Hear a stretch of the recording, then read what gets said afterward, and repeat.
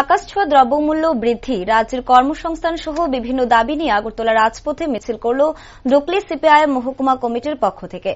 বিকেল ৩ ঘটিকায় মিছিলটি আগরতলা ড্রপগেট এলাকা থেকে শুরু হয় এবং আগরতলা শহরের বিভিন্ন জায়গা পরিক্রমণ করে নাগেরজলা এলাকায় গিয়ে শেষ হয়। মিছিলের নেতৃত্বে ছিলেন মহকুমা কমিটির সম্পাদক নারায়ণ দেব, প্রাক্তন সাংসদ ঝর্ণা দাস বৈদ্য, সারা ভারত গণতান্ত্রিক নারী সমিতির রাজ্য সম্পাদিকা স্বপ্না দত্ত সহ অন্যান্য নেতৃত্ব।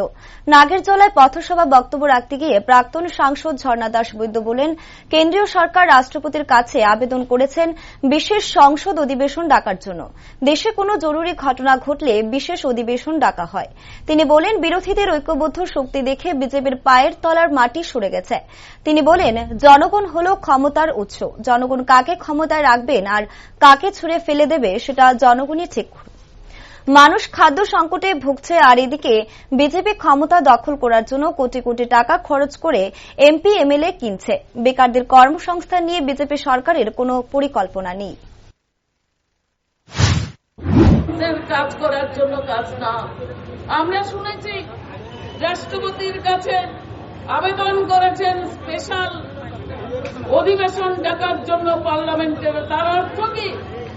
আমাদের দেশে খাদ্যাভাব, খাদ্য সংকট অথবা অনিবার্য কারণে আমাদের রাষ্ট্রের কোনো সংকট অথবা কোনো ইমার্জেন্সি দেখা দিলে পরে বিশেষ অধিবেশন ডাকা হয়।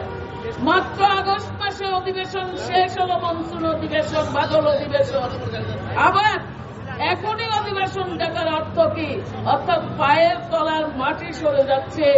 সমস্ত বিরোধী জোট যখন শক্তিশালী হচ্ছে, বিরোধী রাজনৈতিক দলগুলো যখন এক ছাতার নিচে এসে বিজেপির বিরুদ্ধে যখন মানুষ কথা বলতে সোচ্চার হচ্ছেন, যখন আন্দোলনে নামছেন, যখন ভাবছেন যে আমরা ভোটে, জনগণের ভোটে আর আসতে পারবো না, আগে যেমন ৩৩টা ভোট নিয়ে ক্ষমতায় এসেছেন, এরকম সব সময় চলে না, চলতে দেয় না মানুষ।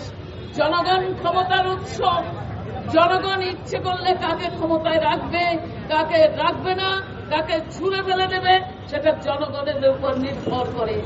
মানুষ খাদ্য সংকটে ভুগছে, আর তারা কোথায় ক্ষমতায় কিভাবে যাবে, কোথায় এমএলএ কিনবে, কোথায় এমপি কিনবে, কোথায় কোটি কোটি টাকা খরচ করবে, কোথায়